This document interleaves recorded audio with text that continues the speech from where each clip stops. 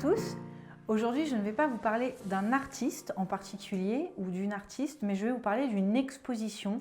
Une exposition qui a beaucoup compté dans mon parcours, qui a beaucoup compté d'un point de vue de l'histoire de l'art et de l'histoire des idées. Cette exposition, c'est l'exposition Woman House en 1972. Woman House, ça signifie maison de femmes. Cette exposition, elle va poser la question évidemment du féminisme, mais d'un point de vue historique.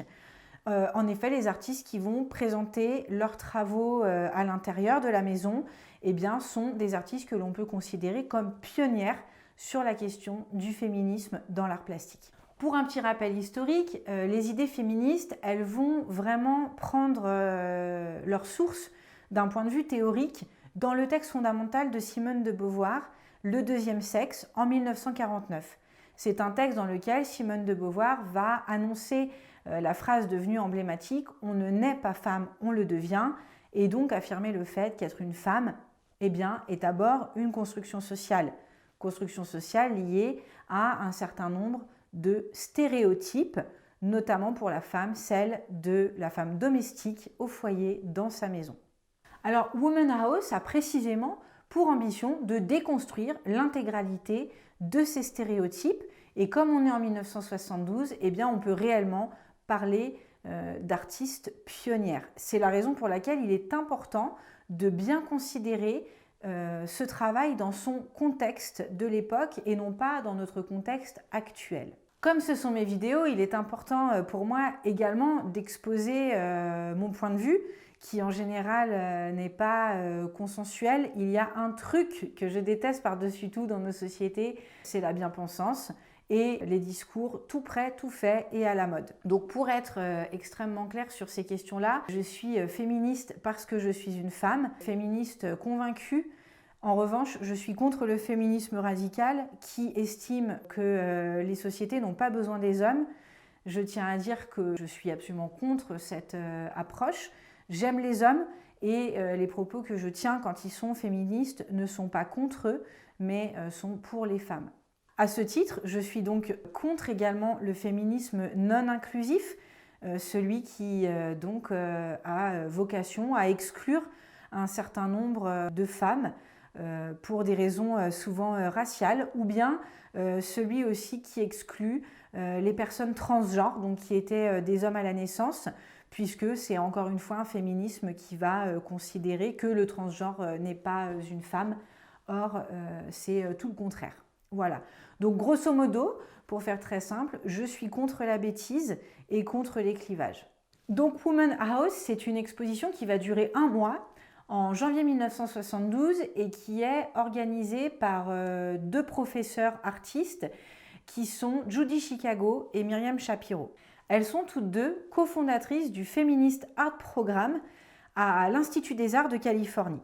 En fait, ce qui va se passer, c'est qu'elles ne vont pas avoir la possibilité de donner leurs cours au sein de l'université tels que peuvent le donner des hommes, ni montrer leurs travaux. Donc de ce constat, elles vont essayer de chercher un lieu pour pouvoir tout simplement produire, penser et montrer leurs travaux. Et elles vont trouver une maison qui était vouée à la destruction. Elles vont convaincre la propriétaire de leur céder la maison le temps qui va précéder la destruction. La propriétaire va accepter et c'est comme ça que le projet Woman House émerge. Alors 1972, c'est aussi une année symbolique parce que c'est également l'année où Linda Nochlin va publier un livre fondamental qui s'intitule « Pourquoi n'y a-t-il pas eu de grandes femmes artistes ?» Donc c'est un ouvrage fondamental parce que cet ouvrage, il va tout simplement montrer comment les inégalités politiques et économiques ont bloqué la créativité des femmes, mais aussi leur reconnaissance. Donc là, je passe un petit peu vite sur la question, mais bien évidemment, une femme qui pendant toute la première moitié du XXe siècle, mais bien avant également, ne pouvait rien faire sans l'accord et la validation de son mari, eh bien, on se doute bien que vivre de sa créativité et bénéficier d'une reconnaissance publique était parfaitement impossible. Donc 1972, date symbolique pour Woman House, mais aussi pour le livre essentiel de Linda Nochlin. Alors c'est aussi une exposition qui va s'ancrer dans la lignée et l'héritage d'un texte fondamental d'une grande féministe qui est Virginia Woolf et qui écrit en 1929 « Une chambre à soi ». Le texte met en exergue un élément important qui est que puisque la maison est l'espace de prédilection de la femme, eh bien il faut que dans cette maison, il y ait un espace qui lui soit réservé, une chambre à soi dans laquelle elle puisse expérimenter librement son individualité et sa créativité sans être dérangée. Alors, Woman House, c'est 17 salles qui vont présenter les œuvres de Judy Chicago, Myriam Shapiro, plus 27 étudiantes. Ce qu'il faut savoir, c'est que cette maison, comme elle était destinée à la destruction, elle n'était plus du tout en état. Donc, en amont de l'exposition, eh bien, toutes ces femmes, elles ont remis à neuf la maison. Elles ont installé l'eau, elles ont installé le chauffage, elles ont installé l'électricité. Pourquoi je mentionne ce détail, qui peut être un détail insignifiant, mais qui en réalité ne l'est pas, c'est que la femme, elle est définie par rapport à un certain nombre de stéréotypes qui se déconstruisent lentement et avec difficulté, même encore aujourd'hui. Alors même que les injonctions faites aux femmes sont restées approximativement les mêmes en termes de domesticité, eh bien on constate parallèlement, si les hommes continuent d'attendre de leur compagne qu'elle cuisine, qu'elle lave, qu'elle range, eh bien eux ne savent plus planter un clou. J'aime bien attirer l'attention sur ce petit détail qui en dit long sur les injonctions et les mutations faites dans nos sociétés actuellement. Alors, que trouvait-on dans cette maison? Eh bien, on trouvait un certain nombre de propositions plastiques qui vont mettre en jeu tous les stéréotypes liés à la femme et à la féminité. Par exemple, on trouvait les œuvres Bridal Staircase ou encore The Nursery, donc l'escalier nuptial et la nursery, mises en scène par deux étudiantes de Judy Chicago et Myriam Shapiro.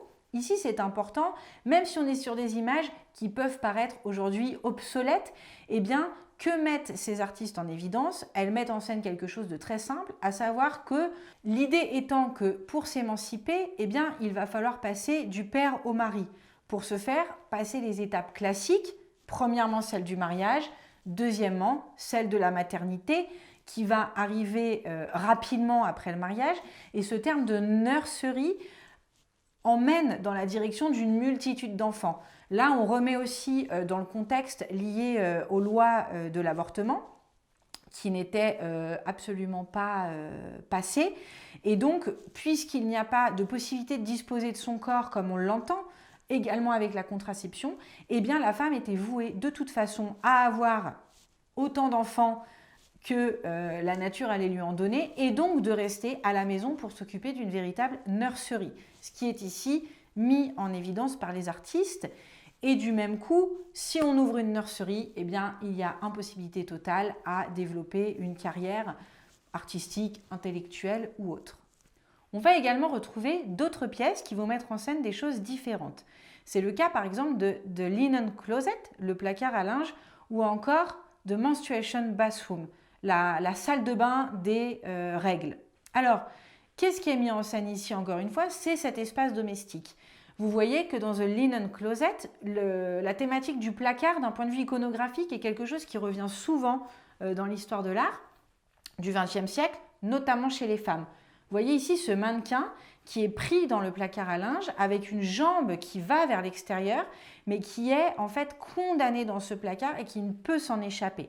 Donc là, l'image, elle est extrêmement claire, elle n'est pas du tout compliquée à lire, c'est tout simplement la femme qui tente de sortir en fait de cet espace domestique pour aller voir ce qu'il se passe ailleurs, expérimenter les possibles, mais qui est condamnée à rester dans sa maison et à accumuler un certain nombre de tâches domestiques qui lui sont imputées d'emblée. Dans Menstruation Bathroom, ce qui est mis en exergue, eh bien, c'est tout simplement une poubelle qui va déborder de tampons hygiéniques avec du sang, qui est le comble du dégoût encore chez de nombreux hommes. Et elle va jouer sur l'ambiguïté de ce sang menstruel, puisque ce sang menstruel dégoûte, mais en même temps, il est une condition sine qua non pour enfanter. Donc, encore une fois, une injonction faite à la femme qui doit se cacher et cacher les conséquences de ces règles chaque mois. Donc là, la mise en exergue, comme ça, quand on rentre dans la pièce, au premier plan, cette poubelle qui est remplie de tampons menstruels comme pour une injonction retournée, un argument détourné de dire « Messieurs, il n'y a quand même rien de répugnant à un petit peu de sang sur un morceau de coton ». Et pour finir cette vidéo, je voudrais vous parler d'une performance qui a eu lieu pendant l'exposition Woman House, une performance qui m'a énormément marquée et qui m'habite toujours, c'est la performance de Faith Walding qui s'intitule Waiting, autrement dit attendre. Durant cette performance, elle va tout simplement émettre un long récital assez lent durant lequel elle va opérer un mouvement de bascule de l'avant puis de l'arrière et pendant lequel elle va expliquer en fait en quoi la vie d'une femme ne se résume que par un seul mot, c'est attendre. Et donc elle va lister un certain nombre d'attentes que je vous laisse découvrir.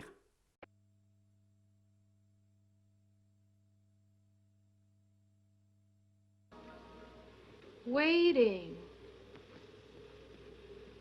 Waiting for someone to come in. Waiting for someone to hold me. Waiting for someone to feed me. Waiting for someone to change my diaper. Waiting to crawl, to walk. Waiting to talk. Waiting to wear my frilly dress. Waiting to be a pretty girl. Waiting to sit on Daddy's lap. Waiting. Waiting. Waiting for my breasts to develop, waiting to wear a bra, waiting to menstruate, waiting to read forbidden books, waiting to go to a party, to be asked to dance close, waiting to be beautiful, waiting for the secret, waiting for life to begin, waiting to get dressed up, to shave my legs, waiting to be pretty, waiting for him to notice me, waiting for him to ask me to go steady, waiting to neck, to make out, waiting to go all the way, waiting to smoke, to drink, to stay out late, waiting to be a woman, waiting for my great love, waiting for my wedding day, waiting for my wedding night, waiting for sex, waiting for him to make the first move, waiting for him to give me pleasure, waiting for him to excite me, waiting for him to give me an orgasm, waiting for him to come home, to fill my time, waiting for my baby to come, waiting for my belly to swell, waiting for my breasts to fill with milk, waiting for the first contractions, waiting for the contractions to end, waiting for the head to emerge, waiting for the first scream, the afterbirth, waiting to hold my baby, waiting for my baby to suck my milk, waiting for my baby to stop crying, waiting for some time to myself, waiting to be beautiful again, waiting for my child to go to school, waiting for life to begin, waiting for him to tell me something interesting, to ask me how I feel, waiting for him to stop being crabby, reach for my hand, kiss me good morning, waiting for fulfillment, waiting for the children to marry, waiting for something to happen, waiting to grow wise, waiting for my body to break down, to get ugly, waiting for my flesh to sag, waiting for my breasts to shrivel up, waiting for a visit from my children, for letters, waiting for my husband to die, waiting to get sick, waiting for winter to end, waiting for a good bowel movement, waiting for the pain to go away, waiting for the struggle to end, waiting for release, waiting. Alors, cette exposition, elle est fondamentale en bien des points parce que d'une part, elle est totalement pionnière. En étant pionnière, elle est donc essentiellement courageuse, mais surtout, elle invite le spectateur d'aujourd'hui à mettre en perspective ce qui est montré au sein de cette maison de femmes, Elle invite les femmes à se poser la question de leur propre liberté. Bien évidemment, les choses ont muté, les choses ont évolué, mais les choses n'ont pas totalement changé. Et la question de la domesticité se pose toujours. Il n'y a aujourd'hui plus aucune raison objective pour que la femme continue d'être l'esclave de son foyer et de sa maison.